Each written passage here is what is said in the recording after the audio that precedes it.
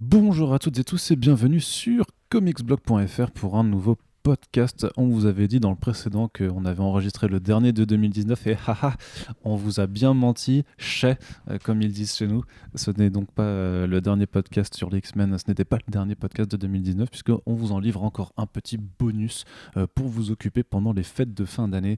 Si vous êtes en train de digérer et que vous êtes alité parce que vous avez trop mangé, rassurez-vous, nous avons une émission à vous proposer. Ça compte aussi si d'ailleurs vous n'êtes pas content de vos cadeaux et que du coup un podcast Comics Blog sera là pour vous réconforter. Voilà, sous le sapin. Sous le sapin, effectivement. On l'a emballé. On l'a emballé, pesé. On nous a mis Emballé. des petits chocolats et du champagne à côté, puisque c'est comme ça que se savourent les podcasts Comics Blog de fin d'année, bien entendu, puisque avec la Marvel Money, on peut tout se permettre. Bref, après cette longue introduction, puisque bien sûr Corentin est avec nous. Bonjour. Bonjour Corentin, tu vas bien? Ouais, je suis un peu fatigué. Comme toujours, hein, c'est un peu un état physiologique naturel chez Corentin, C'est vrai. c'est la fatigue. C'est vrai. Mais aujourd'hui, on va pas parler de fatigue, mais on va parler un petit peu de politique, un petit peu de Batman, un petit peu de DC Comics, et un petit peu de Frank Miller, voilà, puisque c'est pourquoi. Alors pourquoi du comment, hein. C'est parce que il y a une bonne semaine est sorti un certain numéro qui s'appelle Dark Knight Returns, The Golden Child de Frank Miller et Raphaël Grandpa, qui vient apporter une nouvelle pierre à cette grande épopée qui est celle du Dark Knight Returns, entamée il y a plus de 30 ans, en 1986. Et l'idée de ce podcast, orchestré par ce très cher Corentin, c'est un peu de faire un retour sur cette longue saga et de voir comment chacun des titres a évolué dans son discours politique et dans le discours personnel au fur et à mesure que la vie de Frank Miller et ses avis également ont évolué et ont été façonnés par l'actualité de son pays notamment, et puis par l'évolution de sa vie personnelle. Alors forcément, il y a beaucoup de choses qui ont déjà été dites sur les deux premiers opus que sont Dark Knight Returns et Dark Knight Strikes Again, donc nous on va plus se concentrer après surtout sur Dark Knight 3 et The Golden Child qui est sorti il y a quelques semaines. Donc bien entendu, sur la dernière partie, ce sera déconseillé aux lecteurs VF puisque la sortie chez Urban n'est pas encore actée et elle n'arrivera a priori que d'ici 8 à 10 mois, je pense. Donc voilà, mais les trois quarts de ce podcast sont spoilers sur la saga Dark Knight Returns, mais tout est disponible chez Urban, donc vous n'avez pas d'excuses, hein, vous pouvez pas dire « Oh non, il y a des spoilers », alors que tout est sorti depuis quelques années. Voilà, c'était l'introduction. On fera un tout petit aussi crochet par Holy Terror, puisque pour ceux qui ne le savent pas, Holy Terror au départ était censé être un comics de Batman. Oui.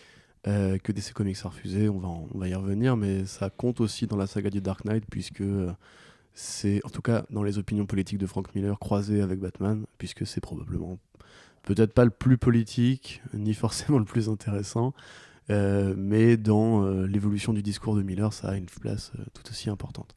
Tout à fait. Alors on commence par le premier, tout simplement, on va le faire dans l'ordre chronologique, hein, puisque c'est la façon la plus simple de faire, sauf si tu veux faire... On a un trajet TGV occupé pour nos auditeurs. Donc, est-ce que tu veux le faire plutôt dans un épisode 4-5, puis après revenir au premier puis, l'actualité Star Wars. Incroyable. D'accord. Donc, qu'est-ce qui se passe il y a 33 ans, en 1986 il se passe plein de choses. En 1986, du coup, effectivement, Frank Miller qui était un peu en pleine ascension. Donc Frank Miller qui au départ était donc un jeune homme d'origine irlandaise qui a découvert Batman à 5 ans, d'ailleurs avec des Batman de comic strips. C'est assez intéressant d'ailleurs d'en parler au moment où justement Urban les republie en France.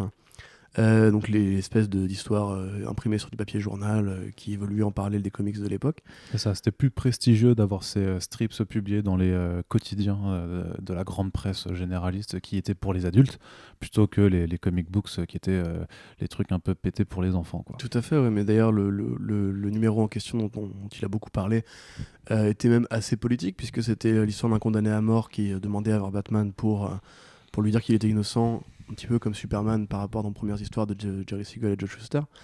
Et Batman du coup me conduisait une enquête et s'apercevait qu'en fait non, le mec n'était pas innocent mais coupable et devait assister à son exécution. Voilà, ça pose déjà le décor. Belle façon d'être introduit à Batman quand tu as 5 ans. Mais ça lui a tout de suite beaucoup parlé en fait, parce que c'était déjà un gros fan de l'idée même des comics et de l'envie de devenir dessinateur. Avant ça, c'était aussi un fan de Dr. Seuss et de histoires pour enfants qu'il lisait à l'époque. Et le fait est qu'il a toujours été fan de Batman. puisque l'homme qu'il a introduit au monde des comics n'était autre que Neil Adams, le grand révolutionnaire qui a tout simplement réinventé Batman, retapé Batman et fait le Batman qu'on connaît aujourd'hui. Je ne sais plus qui disait ça à la dernière Comic-Con qu'on avait fait, mais quelqu'un avait dit que c'était le vrai créateur de Batman, c'était Neil Adams et Denny O'Neil, et pas forcément Bob Kane et Bitfinger qui avait posé un personnage sans forcément aller au bout de ce qu'on pouvait savoir aujourd'hui sur lui. Disons que dans le consensus général, en fait, tu as quand même plusieurs voix qui s'élèvent pour dire qu'il y a plusieurs vrais créateurs de Batman. Par rapport effectivement à la création du personnage dans le sens strict du terme, oui, c'est Bob Kane et Bill Finger, et qu'il y a un peu de Jerry Robinson aussi sur la suite. Et peut-être Gardner Fox aussi, les quatre là sont vraiment ultra importants dans la création de toute la mythologie. Mais c'est vrai qu'après que pour le façonnement du personnage tel qu'on connaît aujourd'hui et le Batman moderne, oui, Denny O'Neil et Neil Adams, c'est incontournable. Et c'était Neil Adams qui avait raconté à la Comic-Con comment un jeune Frank Miller était présenté chez lui avec ses blanches et qu'il lui avait dit de les retravailler et encore et encore. Il avait dit qu'il ressemblait à un jeune Ichabod Crane de Sleepy Hollow et qu'il il avait trouvé que les planches étaient absolument affreuses. Et donc oui, il lui avait dit insiste. Et du coup, c'était créé entre eux une sorte de filiation, de rapport père-fils en fait, parce que Neil Adams dit clairement que pour lui c'est comme une sorte de fils. C'est lui après qu'il a mis le pied à l'étrier sur Daredevil avec Klaus Johnson. Et c'est là que du coup la légende de Frank Miller s'est amorcée. Alors Frank Miller qui est un grand fan d'influence asiatique, notamment du Japon, de Lone Wolf and Cub, notamment le manga très connu qui apparemment aurait aussi inspiré The Mandalorian aujourd'hui, comme quoi voilà, tout est lié. Tout est recyclage aussi. Tout à fait, ouais. Puis aussi un grand pote de Geoff Darrow avec qui il a rendu hommage notamment à Otomo, au film de Lato et à Tezuka avec Big Guy. Mais au-delà de ça, Frank Miller c'était aussi déjà très jeune une sorte de grand provocateur. Une vraie grande gueule. Ça se voit en fait, même son art de vie, il a des accès politiques, notamment Born Again par exemple, où le caïd manipule une sorte de Captain America de droite qui a été créé par le gouvernement pour faire la guerre au Vietnam et dans ces régions du monde, Nuke. Qui déjà à l'époque est une sorte de parodie de l'esprit va-t-en-guerre et réactionnaire américain, puisque si Frank Miller se défend d'être de droite, il n'a jamais été contre l'idée qu'on puisse le qualifier comme un libertarien, donc une sorte de mouvement de pensée plus ou moins inspiré par Ayn Rand, qui d'ailleurs partage avec Zack Snyder, qui sont en fait donc des gens qui pensent d'abord l'État en termes de profit personnel et d'individus, et qui sont pour la liberté et pas forcément pour le fait que l'État vienne se mêler à la gouvernance de la vie commune des individus. Donc en 83, ça va se matérialiser avec Batman, grâce justement à Dick Giordano qui, voyant le succès du personnage et pour capitaliser sur l'héritage qui est quand même assez puissant de Neil Adams et Denny O'Neil, veut faire une sorte de nouvel ambassadeur de Batman avec Frank Miller, et qui lui dit tu vas nous écrire une petite histoire, ce que tu veux. Frank Miller à l'époque commence à attaquer lentement mais sûrement à la trentaine, et lui dit c'est fou, t'imagines, il a notre âge quoi. Ouais, t'as vu, là, on a l'âge d'écrire un Dark Knight Returns quoi. Attends, ouais, mais c'est on écrit des magnifiques éditos sur la Snyder Cut, c'est déjà ça. C'est déjà bien, putain, ouais. C'est pas le même level, hein, purée. Ah, je sais pas, dans 30 ans on en parlera encore. Ouais, je pense pas. Mais du coup, oui, voilà. Donc, et effectivement, à bord d'un avion, ils en discutent. Et voilà, Frank Miller, ce qui te choque, c'est que Batman puisse être plus jeune que lui, puisqu'il a un rapport très individuel. Il a grandi avec Batman, il a passé toute sa vie avec Batman. Il a toujours lu et apprécié Batman, et il a envie du coup de le garder un peu plus vieux que lui, donc de repousser l'âge. C'est quelque chose qui se faisait pas encore beaucoup à l'époque. On n'avait pas. Aujourd'hui, c'est une sorte de gimmick. Maintenant, le Old Man, notamment chez Marvel, on a vu beaucoup de Old Man récemment, de Old Man Quill, de Old Man Logan, de Old Man Hawkeye, etc. Mais c'est vrai qu'à l'époque, il y avait une sorte de côté un peu de figure de tuer le père, ou de proférer un tabou en faisant une sorte de vieux croulant. Et c'est ce qui va se passer, puisque du coup, Frank Miller imagine une sorte de futur dystopique où Batman, alors il le dit lui-même, c'est une des plus grosses influences de la bibliographie de Frank Miller, et ça va paraître un peu anodin, mais Frank Miller est fan de l'inspecteur Harry. Il est fan de polar comme Darwin Cook, il est fan de ces flics qui sèment la justice dans Los Angeles, et il a beaucoup grandi avec le cinéma des années 70, notamment Un justicier dans la ville, qui a aussi été une grosse influence pour lui. Mais ce qu'il aime chez Dirty Harry, c'est ce côté justement, un flic qui en un sens est libertarien, puisque Clint Eastwood justement est libertarien, n'a pas honte de dire punk, un gimmick qu'on retrouvera dans ses BD à lui, à la truandaille des quartiers, et toujours cette espèce de de bouche grimaçante, toujours mécontent, toujours mal rasé, etc. C'est ce qu'il va faire avec Batman en fait. Il va imposer une sorte d'idée que Gotham City est vraiment parti en vrille parce que Batman a raccroché la cape après la mort de son deuxième Robin, Jason Todd.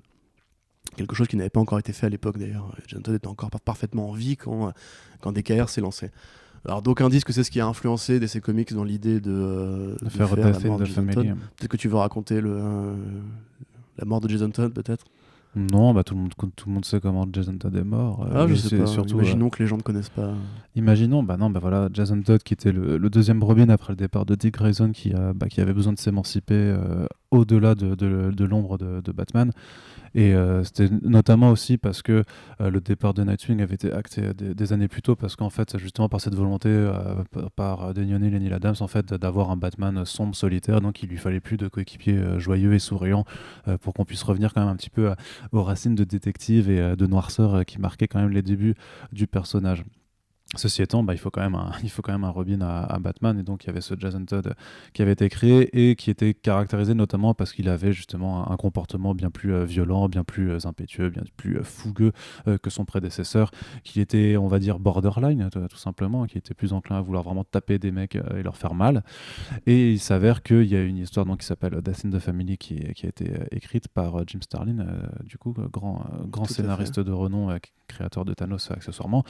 Et tout l'intérêt tout ce qui est important dans cette histoire, c'est que à la fin, le Joker tabasse à mort Robin, Jason Todd, et les lecteurs pouvaient appeler un numéro à l'époque, surtaxé bien entendu, pour décider du sort de Jason Todd, c'est-à-dire est-ce qu'il va vivre ou est-ce qu'il va mourir. Et donc il y a 2 planches qui étaient dessinées en fonction du résultat, et donc l'histoire a tranché, et Jason Todd est mort. C'est quand même particulièrement morbide comme époque. C'était les années 90, Death in the Family. Je crois que c'est 80 même. C'est vraiment, c'est pas si longtemps après. Si aussi Dark Knight Returns, c'est peut-être 88, alors je sais plus.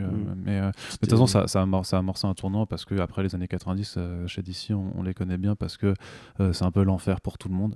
Tout le monde va mal. Superman meurt, Batman a le dos brisé, Aquaman se fait bouffer sa main et perd son gamin. Wonder Woman change de costume et va travailler à Taco Bell. Et Kyle Rayner trouve sa copine découpée dans un réfrigérateur. Voilà. Un jour, on vous fera un podcast sur les années 90. Pourquoi pas l'année prochaine, puisque ça fera 30 ans du coup. Des années 90, effectivement, on pourra faire une rétrospective. Non, mais voilà, si vous trouvez que le DC actuel c'est dark, remettez-vous. Il y a quelques années, c'était quand même bien plus rigolo. Parce qu'aujourd'hui, là, les Barbatos et Dark Multiverse, c'est peanuts. Non, quoi, c'est franchement. tranquille. Même si, cool. Dark Multiverse, il y a quand même eu du bon gros lot. Ouais, mais c'est plus on découpe des mains, des trucs comme ça. C'est moins. Et ça impacte moins sur les personnages principaux de la continuité, tu vois. Là, Batman, son pire trauma ces derniers temps, c'était juste Catwoman, elle veut pas se marier avec moi, tu vois. Oh là là, le fragile. Miskina, quoi. Tu sais, c'est l'époque des fragiles, ça y est. C'est fragile age.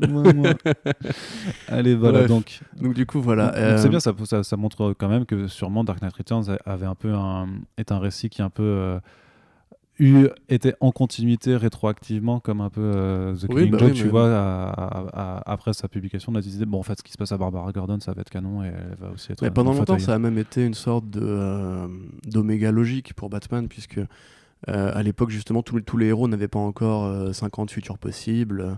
On sortait du Silver Age, sous la période de Mort Weisinger, le grand éditeur de l'époque, qui refusait que les comics parlent de violence, parle de sexe, parle de n'importe quoi. Et du coup, Batman était devenu un héros beaucoup plus science-fictionnel, qui allait régulièrement dans le passé et dans le futur, comme Superman, qui vivait des aventures tout à fait bizarres. Tout ce qui a influencé les Robot Chicken et The Lego Batman, etc., vient de cette période-là. C'est ça, donc juste, c'est bien 88 à 89. Avec Jim Aparo, et voilà. Et en l'occurrence, voilà, c'était aussi une sorte de petite expérience pour eux, puisque DC Comics avait le vent en poupe à l'époque. Frank Miller avait fait Ronin, un récit de science-fiction futuriste qui a inspiré d'ailleurs le dessin animé Samurai Jack de Tartakovsky, c'est très dur à dire. Et on arrivait justement à cette période du roman graphique, en fait, puisque les éditions aux États-Unis, inspirées par la BD Métal Hurlant en France, et surtout la qualité du papier et la qualité de l'édition en général, il y avait une sorte de boom, en fait, du bon comics de science-fiction à l'époque, de l'album Relié. C'est l'époque où on a commencé à quitter un peu les comic shops pour aller vers le direct market. Et Frank Miller et Alan Moore étaient les deux étoiles montantes de ce mouvement-là, puisque d'un côté on avait Watchmen et Dark Knight Returns de l'autre. j'ai envie de dire la même année, quelque part, ce qui est quand même assez dingue de se dire qu'on a, qu'on a vécu ça en même temps, enfin en tout cas pas nous, mais que les gens de l'époque ont vécu ça en même temps.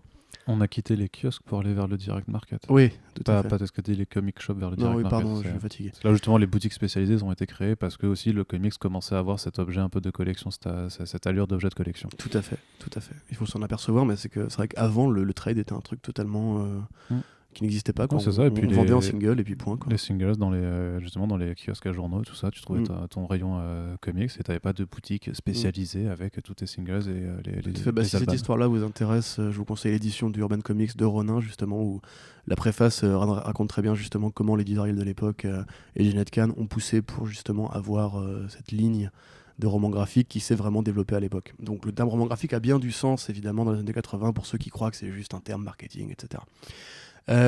Mais donc, pour en revenir à DKR, donc, on arrive sur cette mini en 4 numéros, avec des techniques de composition qui d'ailleurs vont aussi laisser une trace comme Watchmen, le comics sans MS pour la police d'écriture notamment. Alors la légende veut que ce soit Frank Miller qui ait inventé la police d'écriture comics sans MS. J'avoue, je ne suis pas un philologue des polices d'écriture, je ne sais pas. Mais on a les pages en 16 cases par exemple. On a justement ces grandes pleines pages avec Batman qui vole dans Gotham City, un Batman très musculeux, très, très grimaçant. On a les couleurs de Lynn Varley, d'ailleurs notamment beaucoup d'aplats de couleurs, justement, notamment la scène de l'explosion nucléaire, où Lynn Varley va montrer à l'époque qu'elle a un talent extraordinaire.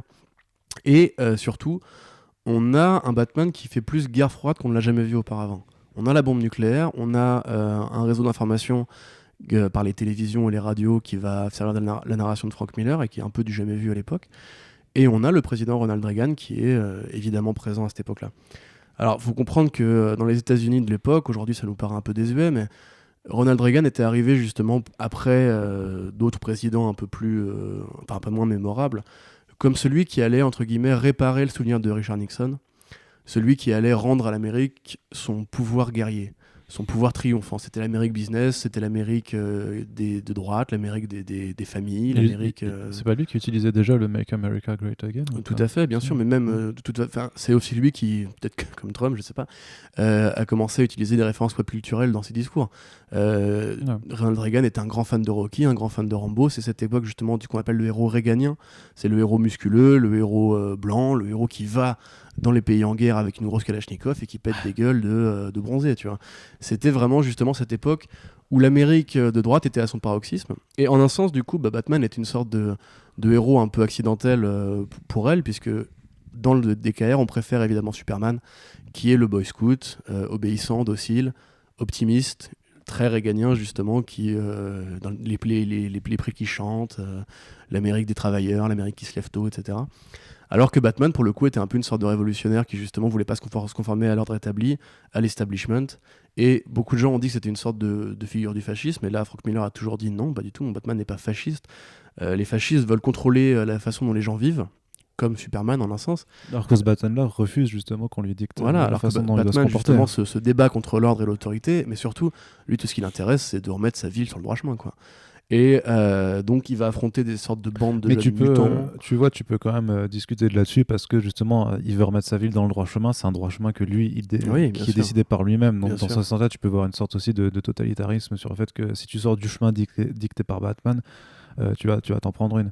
Alors après ça dépend de tes valeurs morales et tout, parce qu'on sera d'accord que voilà, que buter des gens comme le fait le gang des mutants, bah oui, c'est effectivement tu peux comprendre que tu as envie d'arrêter ça, mais je pense que c'est de là que vient l'argument de ce Batman totalitaire. Il y a un côté un peu 2000 AD en fait dans cette BD là. C'est un peu Judge Dredd justement, ce côté, d'ailleurs pas Judge Dredd qui est aussi une influence assez évidente.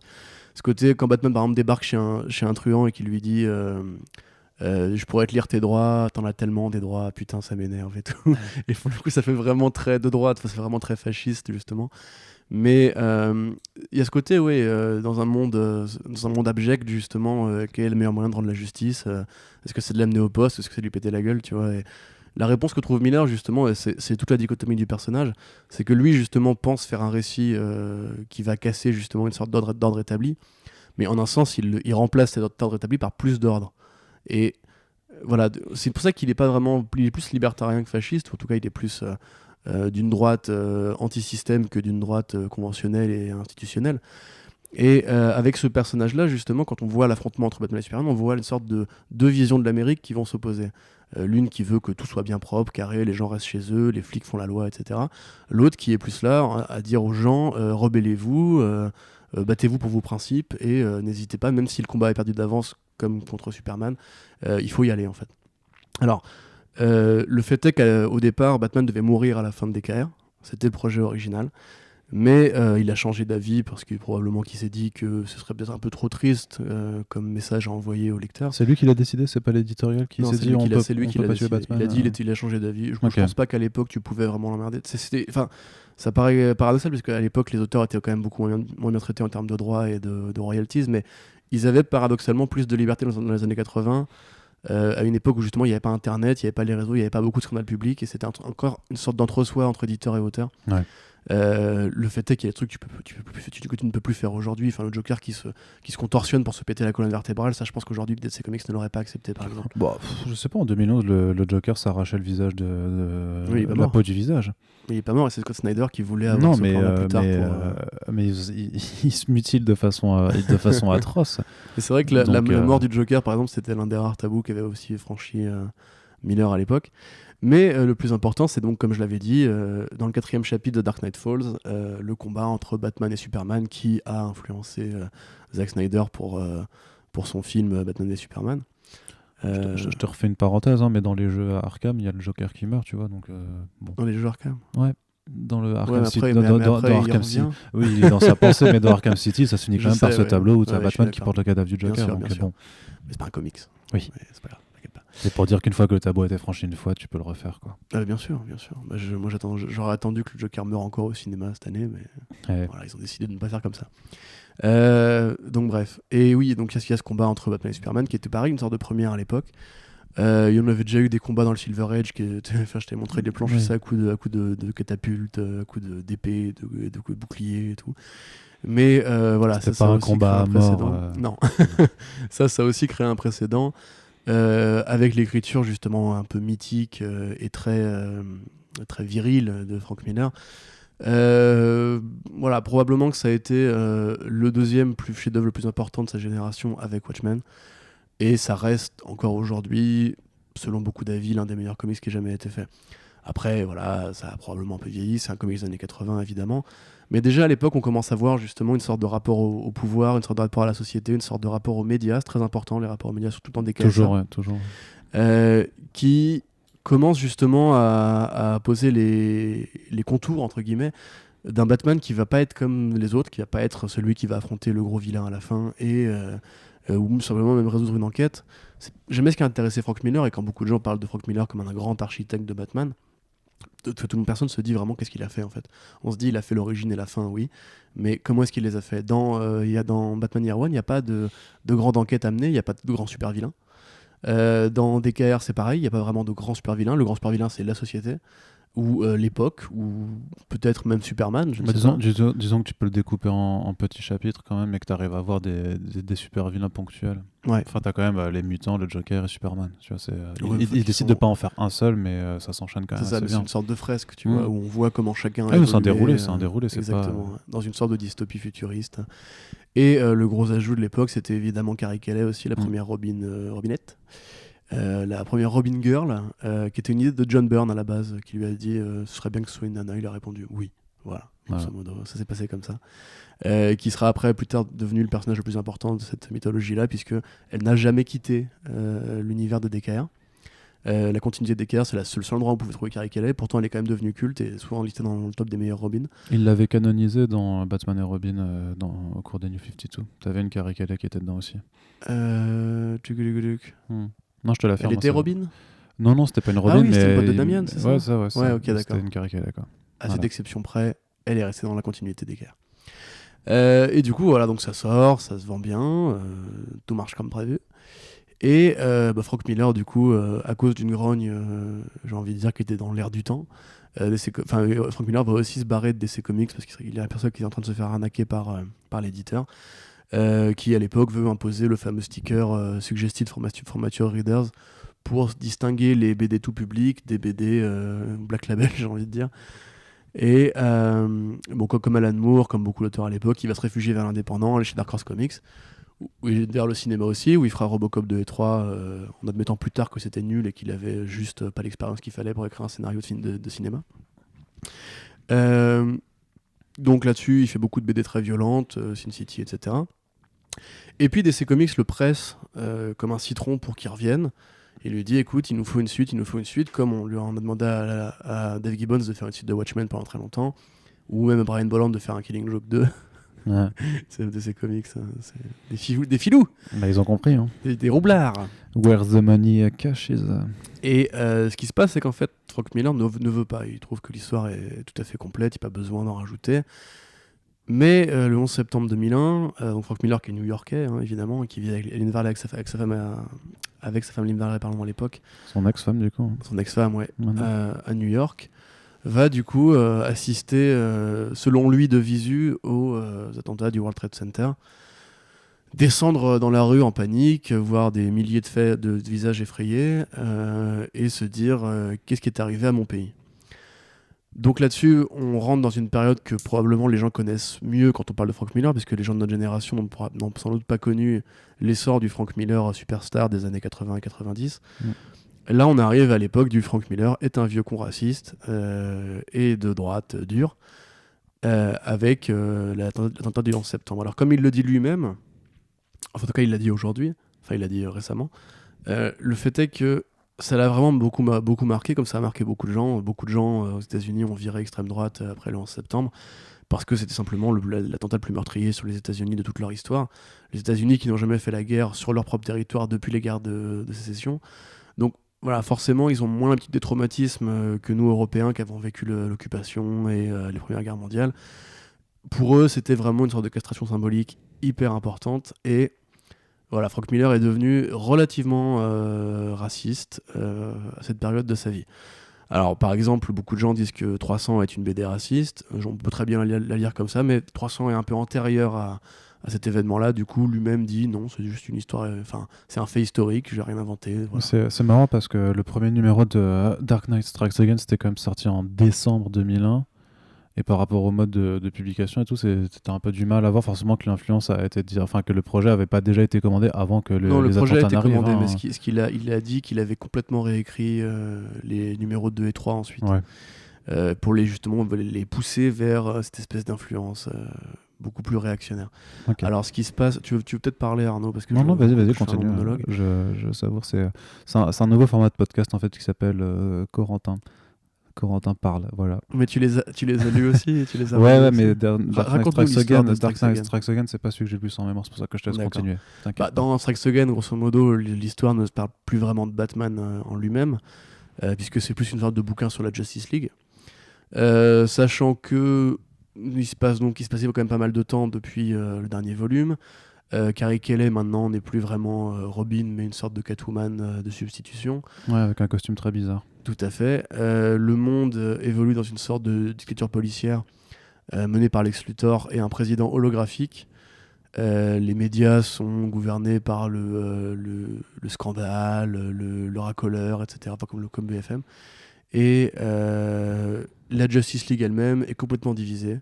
Plus personne ne protège les héros, les individus. Et Batman va prendre sur lui d'essayer de rassembler l'équipe pour aller mener la guerre à Lex Luthor. Et au président Richard, donc une sorte d'IA créée par Luthor et Brainiac. Alors, ce volume-là, pour le coup, il sent la colère d'un vieux rédac, hein, vraiment. C'est particulièrement sombre, c'est particulièrement cynique.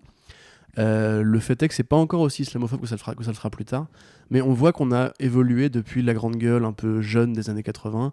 Là, on est sur un quarantenaire en colère qui n'aime pas le présent, quoi, simplement, qui critique, qui tire à feu ouvert sur les médias et le côté justement racoleur d'information. Il y a vraiment une présentatrice de télévision qui s'appelle News with the Nude. Donc c'est une nana juste à poil qui présente les infos pour critiquer le fait qu'on prenait probablement des présentatrices trop jeunes ou trop sexy à l'époque, comme c'est toujours le cas aujourd'hui, hein, ça n'a pas changé. Le président de l'époque, qui était George Bush, j'ai envie de dire que c'est assez facile de voir pourquoi on pourrait penser que c'est une sorte d'hologramme à la service des lobbies et des puissants, et surtout qu'il n'a pas su protéger les États-Unis de l'envahisseur, puisque bon, la famille Bush, c'est aussi un lien avec avec l'Afghanistan et cette partie du monde où Ben Laden a été formé. Batman est vraiment un terroriste auto-stipulé. C'est-à-dire que lui-même le dit, Striking Terror, best part of the job, ce qui est un peu la réplique culte de ce volume-là. Il n'est plus du tout un justicier, son but c'est de faire la guerre au gouvernement. Il a une armée pour ça, il a une armée de suivistes qui a été formée à la fin de DKR. Après, c'est un gouvernement totalitaire, quoi. Donc, bien sûr, mais évidemment, mais c'est une exagération. Donc ça se justifie, techniquement, ça se justifie. C'est dans la continuité, c'est de la même façon que le Batman de Dark Knight Returns se rebellait contre un establishment qui n'est pas moral. Donc quelque part, là, tu justifies de faire la guerre à une forme d'état de terreur par la terreur également. Bien sûr, mais du coup, est-ce que c'est un révolutionnaire d'extrême droite ou c'est toujours un peu compliqué à placer, quoi. Entre la droite et l'anarchie, quoi, parce qu'au final, il veut juste casser. Enfin, il veut tout casser, quoi. Ouais, il veut tout casser. Et alors, le problème, c'est que ce bouquin-là, du coup, qui a reçu un accueil critique assez froid, hein, on va pas se mentir. Alors, c'est très bien vendu quand même. Hein. Je me doute. Très bien vendu. mais c'est vrai que sur l'accueil critique, c'est notamment les dessins qui ont été remis en cause parce que c'est pas Miller à son meilleur. C'est le Miller qui bâcle en fait, et on sent justement que ça a été refait assez vite puisque c'est peut-être pour ça qu'effectivement que les 2 et 3 sont les dessins sont effectivement assez affreux. On est beaucoup sur des personnages sur des plages de blanc colorisés par Lynn Varley, et c'est une colo numérique à l'époque où le numérique n'était pas encore très maîtrisé. Du coup, c'est effectivement assez déplaisant à regarder. Chaotique. Maintenant, il y a des idées intéressantes. Par exemple, on retrouve Dick Grayson, qui est devenu un Joker immortel, transformé par le Joker justement pour devenir une sorte d'héritier. Alors, j'ai pas tout à fait compris ce qu'il essayait de faire avec ça, mais c'était sympathique de le retrouver. On a encore un commentaire politique qui est finalement une sorte de réponse un peu pré-programmatique à George Bush, puisqu'à l'époque il venait à peine d'être élu, c'était pas forcément encore la mode de lui taper sur la gueule, ça va le devenir. Et on va dire que Frank Miller a pris de l'avance sur la meute. Il y a toujours cette espèce de dystopie futuriste fantasmée et très esthétisée, assez bien faite. J'aime bien le passage avec The Atom aussi. Dans son espèce de micro-monde où il chasse des microbes qui font pour lui la taille de dinosaures, qui est un truc qui rappelle d'ailleurs un peu son travail sur 300. Il a dit d'ailleurs qu'il aurait bien aimé écrire un spin-off sur The Atom dans le monde de DKR, et on le reverra plus tard pour DK3. Ouais, c'est pour ça. Mais au niveau politique, voilà, on voit un homme qui est plus en colère, qui est plus vieux aussi, qui a plus le temps pour ses conneries, qui a envie de casser des gueules, qui a envie de péter des portes, qui est en colère, non pas contre Superman et ce qu'il représente cette fois-ci, mais directement contre le pouvoir, contre la politique, contre les milliardaires qui dirigent le pays, et en un sens contre l'envahisseur, parce que Brainiac aussi fait de la partie, mais on peut se demander si Brainiac n'est pas une sorte d'allégorie sur l'intelligentsia gouvernementale plus que sur l'étranger. Et oui, donc un mec qui dit clairement America belongs to the people are the super-héros, et vous n'existez pas, quoi. Alors le bouquin se finit d'une manière assez Deus Ex Machinienne, avec un Hal Jordan tout puissant qui revient et qui rappelle que la force de l'imagination ne connaît aucune limite.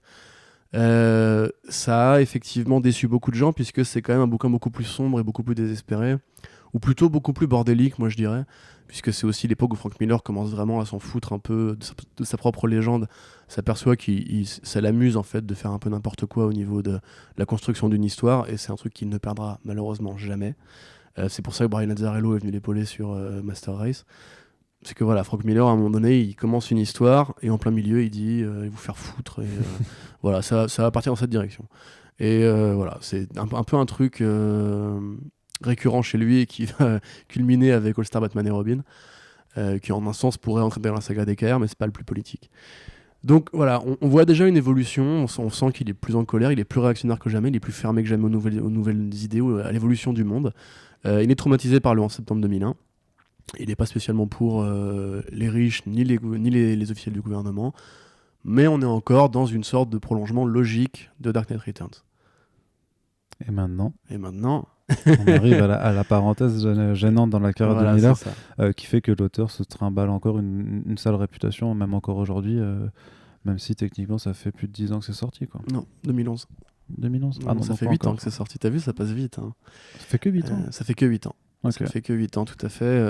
D'ailleurs, il y a même une critique sur Comics Blog de ce volume-là.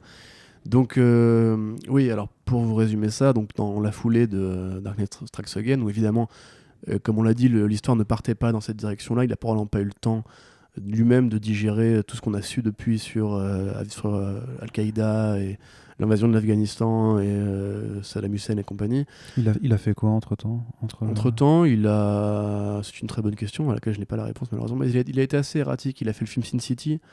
Il a un peu lâché les planches pour aller vers le cinéma avec The Spirit aussi. Mais le projet Batman vs Al-Qaïda date de 2006 en fait, au départ. J'imagine que ses problèmes de santé ont joué aussi quoi, sur sa productivité. Probablement, oui, c'est malheureux, mais effectivement. Et puis il a été occupé par un divorce, puis une remise avec Linda Harley à l'époque aussi. Et je pense qu'il a été simplement traumatisé. Mais il a travaillé sur d'autres projets, mais beaucoup plus petits. Il a fait des conventions comme tous les auteurs qui sont un peu en désuétude. Je pense qu'il faudrait rejeter un œil à cette biographie de Frank Miller de Jean-Marc Lenné qui est sortie aux éditions Fantasque et que tu as reçue en plus récemment. Tout à fait, effectivement. Je pense que l'information doit se trouver là-dedans. C'est probable, ouais, c'est probable. Après voilà, Frank Miller est un garçon assez secret malheureusement, donc on ne sait pas trop forcément toujours ce qu'il a foutu. Mais du coup, vers 2006, il va avoir DC Comics avec un projet de comics qui s'appelait Batman vs Al-Qaïda. Et sous-titré Holy Terror Batman, donc en référence à la catchphrase de Burt Ward Robin dans la série Batman des années 66. Tout à fait, où il dit toujours un Holy quelque chose, Holy Macaroni, Holy Giant Building, Batman, etc. Et donc Holy Terror Batman, qui était aussi un jeu de mots avec la terreur sainte, en termes consacrés pour parler de la guerre sainte qui en découle.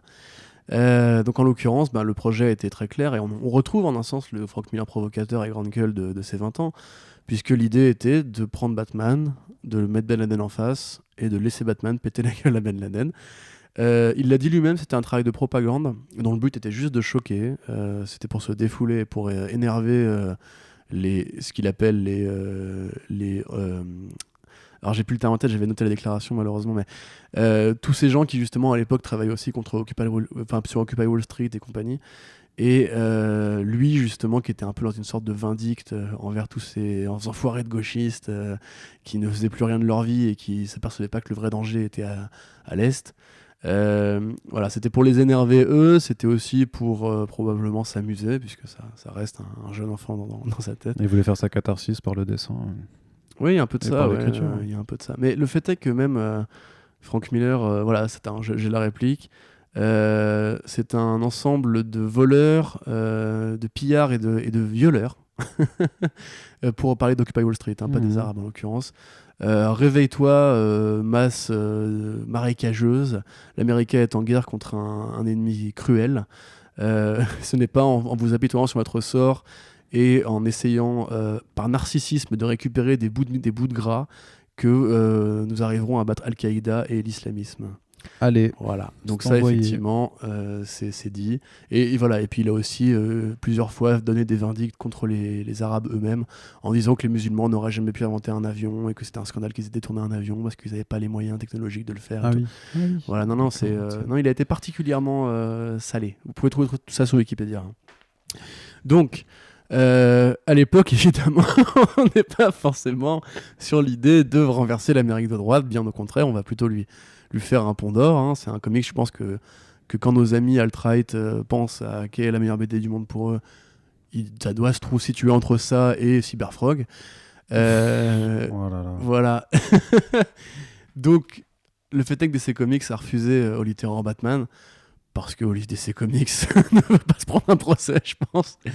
Et du coup, il a un peu travaillé son projet. Ils n'allaient pas se prendre de procès, mais là, c'était juste l'utilisation. C'est toujours parce que un truc que DC Comics fait toujours, c'est l'utilisation de l'image publique de Batman et de ce que tu lui fais faire. Et là, clairement, un Batman islamophobe, non, ça ne marchait plus, quoi.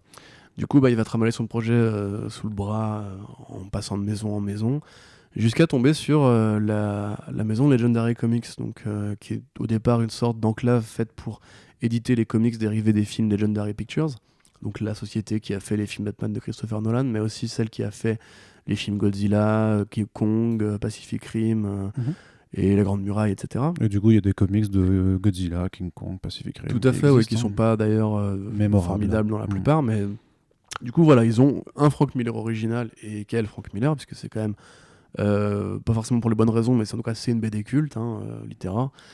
Parce qu'on a rarement trouvé des BD aussi, comment dirais-je, peu souriantes sur ce genre de sujet.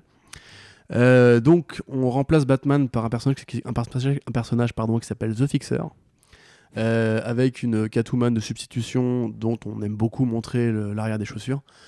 Et dans une Gotham qui n'est autre que New York, hein, évidemment, avec le World Trade Center, une statue de la liberté qui s'appelle Lady Justice, et au détour d'une nuit torride où Batman, où le Fixeur cavale après Catwoman, au moment où il commence à s'envoyer en l'air, à faire des poutous, deux avions détournés vont faire péter le World Trade Center, semant une marée de clous et de lames de rasoir sur la ville.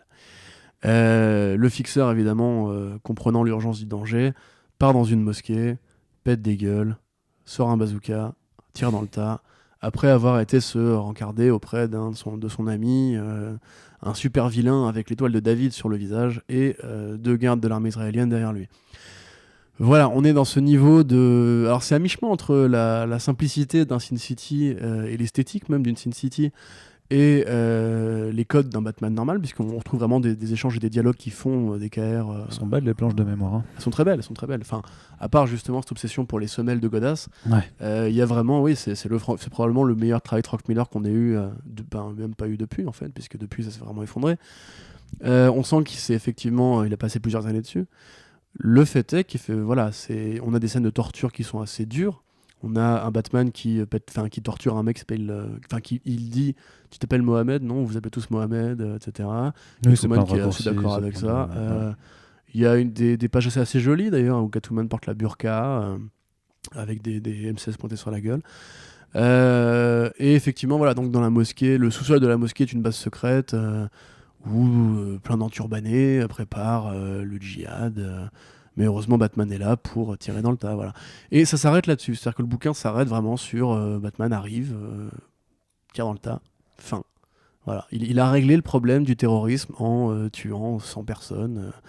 Probablement qu'il y aurait dû avoir une suite, ou peut-être que dans l'esprit de Frank Miller, c'est très clair. Alors, comme je l'ai dit, à un moment de sa vie, il a arrêté de faire des scénarios vraiment très structurés pour aller vers le plus simple, souvent le plus bordélique aussi, et c'est encore le cas aujourd'hui avec Golden Child. Donc là, voilà, on est plus sur de libertarianisme, on n'est plus non plus sur un vieil homme en colère, on est sur du racisme exacerbé. Sur du vrai racisme, alors qu'il soit justifié, pas justifié, on n'est pas américain, on ne peut pas savoir. Le fait est que c'est pas un pays qui a un foyer d'immigration musulmane aussi important que le nôtre, et que, comme j'imagine des vieux cons qui voient ça à la télé et se disent les Arabes sont tous pareils, etc., dans le fin fond du Périgord, aux États-Unis, ils sont tous comme ça, on va dire. Le fait est que c'est pas du tout un moment glorieux de sa carrière, et même lui aujourd'hui le regrette. Et je pense notamment à certaines personnes que j'avais vues sur Twitter dire oh là là, mais quand je lis cette BD, moi je vois un homme triste, je vois un homme traumatisé, je le comprends et tout. Je pense que tu vois de qui je parle. Aujourd'hui, même lui dit quand je regarde Holy Terror, ce qui m'arrive pas si souvent, j'avoue que je comprends pourquoi je l'ai fait, mais je le referai pas aujourd'hui. J'ai plus ce qu'il faut en moi pour faire ce genre de bouquin, quoi. Donc je pense que même lui est assez conscient de ce qu'il a fait avec ça. Disons que c'est un cri de colère et qu'il y a certains actes que tu fais dans ta colère que tu peux regretter. C'est ça, tout à fait. Mais après, le fait est que ça a évolué ensuite. Et je pense que c'était effectivement important que ça existe en un sens. Mais voilà, c'est ce qui a aussi un petit peu tué la carrière de Frank Miller auprès de milliers de gens, puisque c'est vraiment à ce moment-là que tout le monde a dit il est perdu. On ne peut plus le sauver, quoi. C'est fini. Même si encore une fois voilà, c'était une BD qui n'était pas déplaisante à l'œil, mais dans l'évolution politique de Frank Miller, on voit quand même que de volume de DKR en volume de DKR en Holy Terror, on s'éloigne de plus en plus de l'idée de justement de Nuke, de ce côté parodique de l'Amérique va en guerre, de ce côté un héros qui veut critiquer les symboles, etc. Et là on va vraiment vers du très conservateur, du très protéger le peuple, tirer dans le tas, etc. Du très très très à droite, du très très très fasciste. Et c'est vraiment à ce moment-là que je pense lui-même a dû voir, a priori en voyant toutes les réactions qu'on lui a envoyées dans la gueule, parce qu'il a été beaucoup interrogé par rapport à Holy Terror, même s'il l'a toujours assumé, parce que c'est un homme qui tient ses convictions. Hein. À mon avis, c'est là qu'il s'est dit, il faut quand même commencer à donner un coup de barre à gauche. Et il se réengage dans une période un peu plus souriante, justement, pour les années qui vont suivre. Je vais faire une petite pause pour que tu nous parles de DK3, Arnaud. Non, Si. Bah non. Si, Arnaud. Non, non, c'est toi qui voulais faire ce podcast, donc je te laisse. Moi, j'interviens, je fais des petites ponctuations, là, tu vois. Non, mais je t'écoute, mais je pense que les gens, les auditeurs, les auditrices seront, comment dire, tous d'accord pour dire que t'entendre parler de Frank Miller, Mais tu m'auras pas en me flattant. C'est plaisir, c'est plaisir. Raconte-nous, Non, mais il y a deux sujets. L'apparition de l'annonce de D4A. Mais moi, je me rappelle même plus de si cette période-là. Oui, j'étais à l'époque, on était sur DC Planet. C'était quoi, c'était en 2013, quand ils l'avaient annoncé. Ouais, quand ils avaient annoncé effectivement le retour, le Dark Knight 3, qui avait déjà été critiqué dès l'annonce du titre, hein, justement parce que voilà, donc le dernier truc de Frank Miller, c'était Holy Terror, dont on se rappelait sur Batman. Puis arrive cette annonce de Dark Knight 3, The Master Race. Il y a le mot race dedans. Derniers travaux de Miller, c'était ouvertement raciste, donc forcément tu te dis putain, en fait le gars il continue, il continue là-dedans, il pète des câbles, c'est pas possible. Mais annonce relativement rassurante à deux niveaux, c'est que déjà il est plus tout seul sur l'écriture, puisqu'il y a Brian Azzarello qui est dessus. C'est vrai que j'ai complètement pas pensé à l'interroger là-dessus quand il était là il y a 2 mois, parce que ouais, bon, c'est plus d'actualité, hein, c'est sûr, et surtout que c'est Andy Kubert qui a annoncé au dessin, et donc c'est pas Frank Miller qui dessine, donc ouf, ce n'est pas Frank Miller qui dessine, donc ce sera a priori moins moche qu'un Dark Knight Strikes Again, puisque voilà, t'as le double feeling négatif, c'est que son dernier travail, c'est Holy Terror, et c'était islamophobe à engerber. Et son dernier travail sur Dark Knight, sur la saga Dark Knight Returns, c'était Strikes Again, et il était au dessin, et c'était aussi pas très beau. Voilà, c'était pas ouf. Donc forcément, il partait pas avec le meilleur des accueils.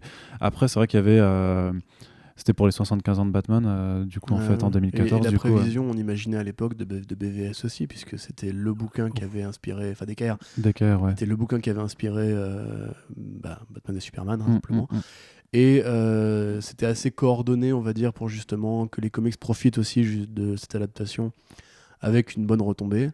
Après, il y avait le logo, il y avait justement une sorte de croisement entre le symbole de Batman sur sa corde avec le symbole rouge de Superman derrière lui. Ouais, mais après, ce qu'il y avait, c'était que c'était un modèle de publication un peu particulier, puisqu'effectivement, tu avais, en fait, pour l'édition single, t'avais 2 formats, tu te rappelles. Donc en fait, t'avais le format normal où t'avais l'histoire principale qui était publiée donc dans le format single issues basique, et t'avais un mini comic book en fait qui était intégré dedans, où il y avait en fait c'était 8 pages d'histoire supplémentaires qui étaient très souvent dessinées par Frank Miller. Donc c'était encore il faisait un petit peu de dessin, ou souvent sinon c'était Edward Dorriso notamment qui avait participé dans si, peut-être Romita sur le Green Lantern, peut-être, je me rappelle plus trop. Ouais. Mais voilà, c'était un mini comic book, et du coup, tu avais une édition de luxe où alors tout était au même format. C'est-à-dire à la fois l'histoire principale et ce qui était le mini comic book était aussi publié de façon normale. C'était des très belles éditions de luxe.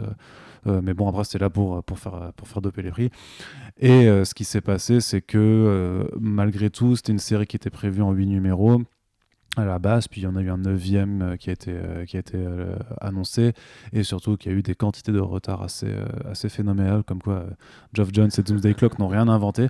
On a mis quand même quelques temps à le voir passer, et c'est vrai que pour l'édition VF, du coup, vu que c'était quand même le méga retour de Batman, de Frank Miller sur Batman, ils ont commencé à se lancer dans une édition à regrouper 2 numéros par 2 numéros, et l'ultime tome avec le numéro du coup qui en a 3, donc 7, 8, 9, c'est largement fait attendre, et je me rappelle que Urban avait bien payé le prix de s'être lancé un petit peu trop vite dans la publication, parce qu'ils avaient été très réactifs en fait pour publier le premier tome, puisque effectivement les 3 premiers numéros étaient sortis pas comme il fallait, je crois, mensuellement, et c'est après que les retards avaient commencé à se faire ressentir et à impacter toute la publication.